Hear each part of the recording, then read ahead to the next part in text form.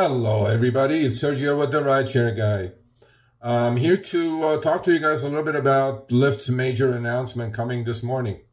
But before then, please join us today at 3 p.m. Pacific, 6 p.m. Eastern on Show Me the Money Club. Chris and I are going to do an in-depth coverage of this package. It's a big one. There are some things that I really like in this. So be patient, settle down, hear me out. On top of that, the interview of Harry Campbell of the RideShare Guy with Mr. David Risher, the CEO of Lyft, is already on our channel. You should go watch that interview. There is a lot in there regarding this package that Lyft is announcing.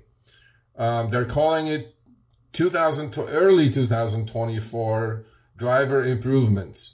Why are they calling it early? Well, I'm assuming there is more to come towards the middle and end of the year. This probably was Harry's best interview. He pushed quite a bit. I think he's learning from the master right here. But all joking aside, here we go. One of the top complaints, if not the top complaint these days of drivers, is what? What these companies take from the passenger fare. Well, Lyft is coming with full transparency now. You're going to know as of this week with a new weekly statement at the end of the week, what Lyft is taking out of each dollar of what the passenger fare is.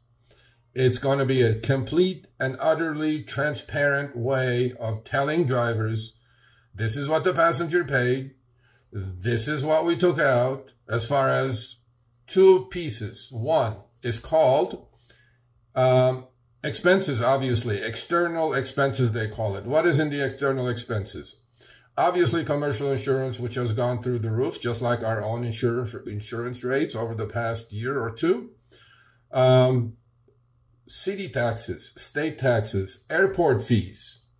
They also include something called platform hosting fee. Now, according to Lyft, 24 cents out of each dollar, right off the top, that the passenger pays goes towards these expenses.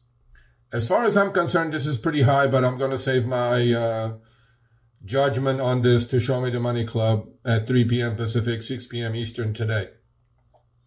Now, Lyft is coming clean, calling this an earnings guarantee.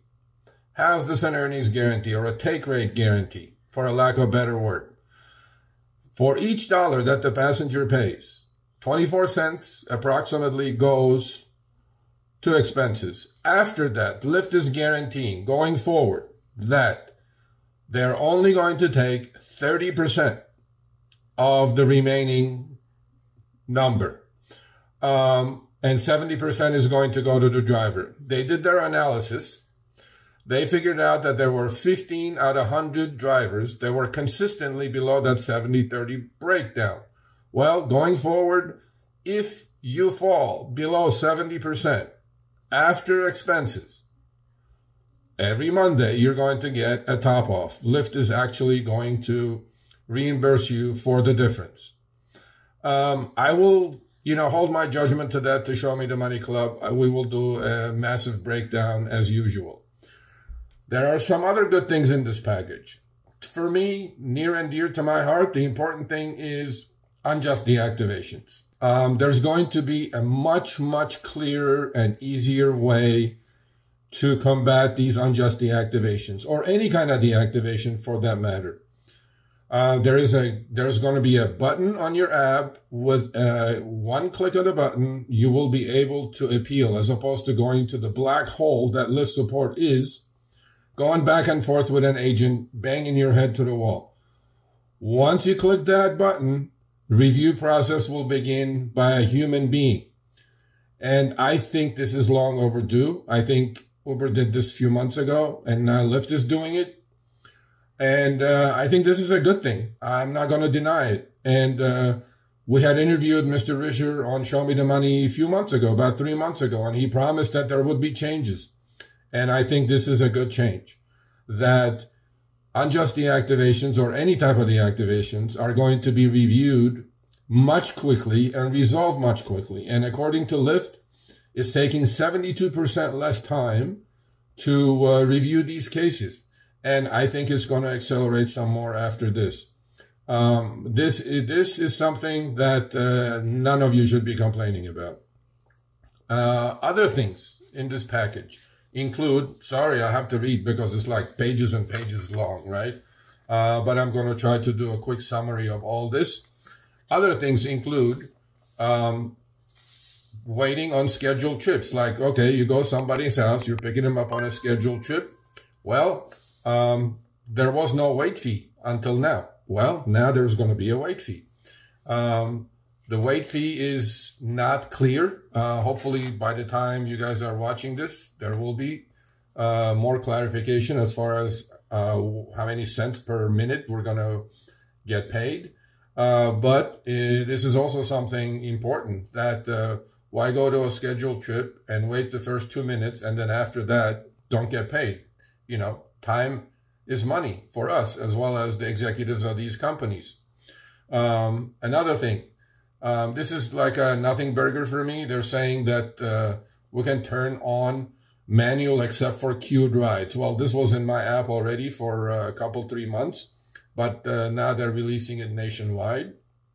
One of the major important announcements in this package is, as we all know, both Uber and Lyft are trying to go the EV way, electric vehicles, obviously. Until now, only in California, drivers were able to get EV promotions, such as 50 trips for $150. Well, that program and incentive is being expanded to 5 or 6 more states: Massachusetts, Oregon, Washington, Nevada, Toronto, and Vancouver in Canada. Starting February 12th through July 1, drivers with personal vehicles that give 50 EV rides in a week will earn an extra $100. I think this is fantastic. And I have a lot of friends who drive EVs in LA. Their bonuses to drive EVs is 50 trips for $150. And in some cases, it's been cut to 80, but it's actually better than Uber's, which is $1 per trip. Let me go back to real quickly and read from their blog what this deactivation appeal process is going to look like. This is Lyft's words. When deactivations happen, our goal is for drivers to feel supported and respected throughout a process that is timely, transparent, and fair. To do so, we launched a streamlined in-app button for drivers to appeal deactivation decisions. This new channel gives drivers the ability to provide Lyft with any new or updated information, as well as direct access to a specialized support team, humans, no bots, dedicated to deactivation appeals. The feature is already live in Washington State, Portland, Minnesota, and New York State, and launches nationally in March. This is a welcome change. Besides this, there are a couple of other small changes. Now, I am not a platinum or gold tier driver because I don't think the benefits are there. However, going forward, there's going to be a new tier. Platinum Plus, as we know it now, is one above Platinum. That gives you certain benefits. That's going to be replaced with Elite Mode. And in this Elite Mode, there's going to be obviously benefits, such as 10% cash back on gas purchases, Elite Status Protection to help drivers stay on top, early access to scheduled trips, premium airport pickups, 6 area filters, which I love, as opposed to 2 that I have, and plus all the rewards that come with Platinum, Gold, Silver tiers. This obviously is going to come with points that you accumulate, and the points may be a little bit higher than what you're used to in Platinum Plus, but that will remain. One other thing, lastly, when it comes to this take rate guarantee issue, I have my opinions on it. I wrote on our blog extensively about this. So please go sign up. It's free. Go to the www.therideshareguy.com and sign to our newsletter, which if you do that today, you will receive my article with my take on all these changes. Some of these changes are really welcome, such as deactivation.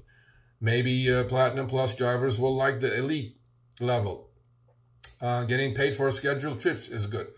We are working on other things, which we cannot talk about at the moment. However, let me just, for a couple of minutes, talk about this take rate guarantee. These companies have expenses, okay? According to Lyft, 24 cents out of each dollar goes to these external expenses, okay? Now, I think it's too high. You guys may agree or disagree with me. But going forward, after that 24 cents that's taken out of each dollar of the passenger fare, there's a clean cut now, 70-30. It's not going to go more than that. 70% to the driver, 30% to Lyft as their platform fee or service fee. Now, some of you may say, well, Sergio, 24% plus 30% is 54%. They're going to end up taking 54. That is not so. This is a floor. It will not go below this. According to Lyft, after expenses, 85% of drivers make 88% of what the passenger paid. Hear me out again. According to Lyft, 88% of the fare that the passenger paid after external expenses currently goes to the drivers. The 70-30 split is a floor. If you're below this floor, they're going to make it up to you. And I think this is decent. I mean, if you look at Uber and if you look at Lyft, now Lyft is coming with a floor that your earnings will never go below that percentage. Now, that depends on your driving style. That depends if you accept every trip, probably. So there are many variables. But again, I think this is a good thing. I think this makes it completely transparent, and you will see this on your weekly, on Sundays, when you finish driving, you will see this on your weekly summary. Every penny that goes from the rider fare is going to be explained, and you will automatically see what your take rate is after those external expenses.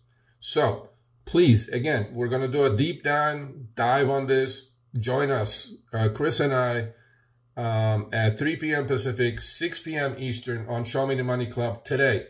And go watch Harry's interview and give him a grade. Don't give the guy a bad time. I think this was his by far best interview.